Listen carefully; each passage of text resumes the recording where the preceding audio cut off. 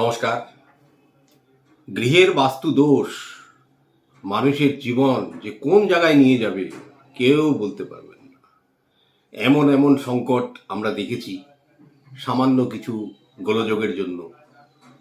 আমরা তো তখন বেশিরভাগ মানুষকেই দেখি অ্যাস্ট্রোলজির শরণাপন্ন হয়ে জেমস্টোন ব্যবহার করে শেষ পর্যন্ত কোনো ফল না পেয়ে, যদি ভাগ্যবশত কোনো বাস্তু কনসালটেন্টের সঙ্গে যোগাযোগ হয়, তখন বোঝা যায় তার গৃহের কি অবস্থা।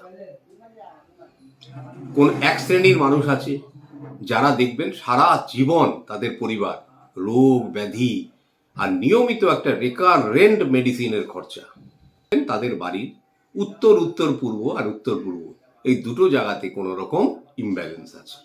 ইমব্যালেন্স মানে ভুল রং থাকতে পারে, কোনো লাল রঙের প্রেজেন্স থাকতে পারে, কোনো হলুদ রঙের প্রেজেন্স থাকতে পারে, তারপরে টয়লেট কিচেন স্টেয়ার্স এগুলো থাকতে পারে, এমনকি ওভারহেড বাঙ্ক এটাও থাকতে পারে, কোনো গার্বেজ রাখা থাকতে পারে। এই স্থানে যদি এই সব জিনিস রাখা হয় এবং এগুলো কিন্তু মাইক্রো লেভেলে স্ক্যানিং করে দেখতে হয় যে ওই জায়গার মধ্যে এক একটি ইঞ্চির মধ্যে কি কি জিনিস রয়েছে, এবং সেগুলোকে যতক্ষণ রিমুভ না করা যাবে পৃথিবীর কোনো অ্যাস্ট্রোলজার কোনো রত্ন আপনার জীবনের কষ্টকে দূর করতে পারবে না। আরেক রকমের সেগমেন্ট যাদের দেখুন রোগে ভুগছে কিন্তু রোগের কোনো ডায়াগনোসিস নেই, কিচ্ছু জানে না কোত্থেকে রোগ অ্যারাইভ করছে, অথচ হঠাৎ হঠাৎ শরীর খারাপ, হঠাৎ হঠাৎ শরীর খারাপ। তাদের একধারে যেমন একটা নজর লাগার দোষ, 2 নম্বর জায়গা হচ্ছে তাদের আবার সেই ঈশান কোণে কোনো একটা প্রবলেম।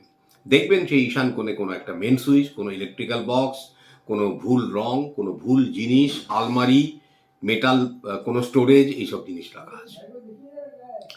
এক শ্রেণীর মানুষ আছে যাদের দেখবেন ইনকাম প্রচুর, একটা নয়া পয়সা হাতে থাকে না, হয় রক্তজনিত সমস্যা নাহলে অস্থিজনিত সমস্যা। দেখবেন তাদের দক্ষিণ পূর্ব কোণাতে কোনো রকম প্রবলেম আছে, সেই স্থানে কোনো রকম জলের প্রেজেন্স, কোনো টয়লেটের প্রেজেন্স এইসব থাকতে পারে। দক্ষিণ পূর্ব কোণার সবচেয়ে শুভ জিনিস হচ্ছে একটি কিচেন, এবং বাস্তুসম্মতভাবে। এমন এমন মানুষ আছে আমরা দেখেছি যাদের দেখবেন সমাজে কোনো রকম প্রতিষ্ঠাই নেই, মানে মান সম্মান ভুলণ্ঠিত, মানে কেউ তাদের পছন্দই করে না। তাদের গিয়ে দেখবেন যে বাড়ির যে দক্ষিণ স্থান, সেই দক্ষিণ স্থানে হয় ব্লু রঙের প্রেজেন্স, নালে পরে জলের প্রেজেন্স, নালে পরে টয়লেট, এগুলো থাকবে। আবার এক ধরনের আমরা মানুষ দেখে থাকি যাদের সারা জন্ম দেখবেন সঞ্চয় বলে কিছু নেই, মানুষের সঙ্গে অযাচিত ঝগড়া বিবাদ, পারিবারিক কলহ, কোনো জায়গায় কোনো শান্তি নেই, এবং সব সময় দেখবেন মোবাইলে অ্যাডিক্টেড। তাদের দেখবেন দক্ষিণ পশ্চিম কোণায় অবশ্যই কোনো প্রধান দরজা, তারপরে শৌচালয় ইত্যাদি জিনিস তাদের থাকবে। এই স্থানে সাদা রঙের প্রেজেন্সও অত্যন্ত ক্ষতিকারক, অত্যন্ত ক্ষতিকারক।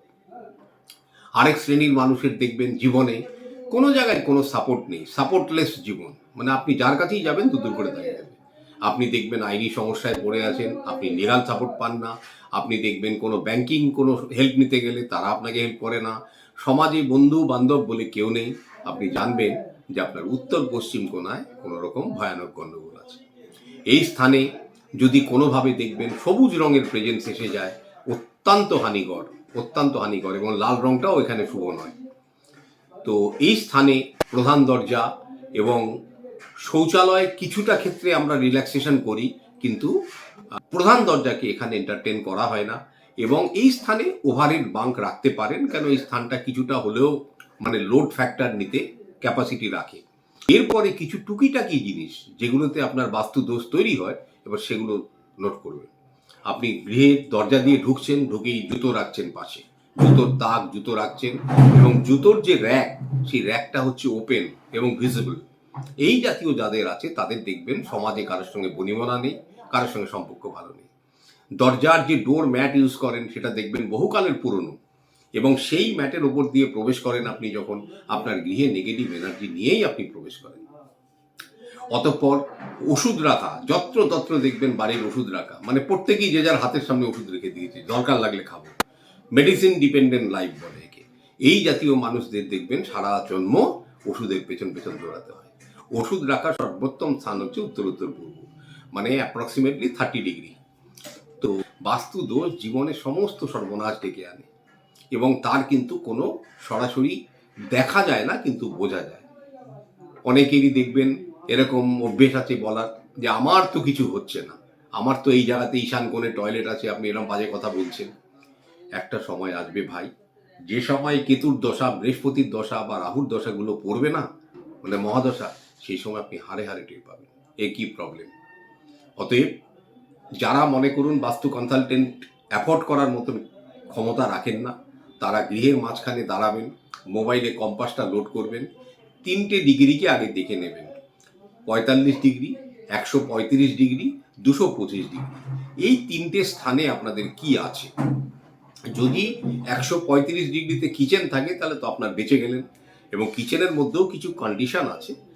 আর 45 ডিগ্রি আর 225 ডিগ্রিতে কোনো রকম যদি শৌচালয়, কোনো রকম কিচেন, কোনো রকম মানে দরজা ইত্যাদি পড়ে থাকে বা বাঙ্ক পড়ে থাকে, 225-এ বাঙ্ক চলে কিন্তু 45 ডিগ্রিতে চলে না। তো এইসব জিনিস যদি পড়ে থাকে এবং inverter box, electrical meter box, এইসব জিনিস যদি থাকে, অত্যন্ত হানিকারক। এবং নিজে যদি করতে পারেন অত্যন্ত ভালো, আদারওয়াইজ আর কোনো অপশন নেই, আপনাকে ভালো একজন বাস্তু কনসালটেন্টের শরণাপন্ন অবশ্যই হতে হবে। জীবনে দেখুন সংকট আসবে, তার সমাধান হবে, কিন্তু সংকটকে সমাধান করতে গেলে সংকটটা তো আপনাকে বুঝতে হবে। আপনি না বুঝে যদি তার কাছে দৌড়াদৌড়ি করতে থাকেন, দেখবেন এন্ড অফ দ্য ডে আপনার ঝুলি শূন্য, আপনি অর্থহানি হচ্ছে, আপনার ছেলের চাকরি হয় না, মেয়ের বিবাহ হয় না, নিজে ভুগে মরছেন, দেখবেন সেই ঘুরে ফিরে কিন্তু যেখানে বাস করছেন সেই জায়গাটাই আপনার সংকটের কারণ। শেষে আরেকটা কথা বলি, সুস্থভাবে যদি বাঁচতে চান সূর্যের আলোতে বসুন। সূর্যের আলোতে যদি আপনি না বসেন, আপনার জীবনে আজকের দিনে অন্তত সোজা হয়ে বাঁচতে পারবেন না, এটুকু আপনাকে গ্যারেন্টি দিয়ে বলুন। নমস্কার। ওম নমঃ শিবায়।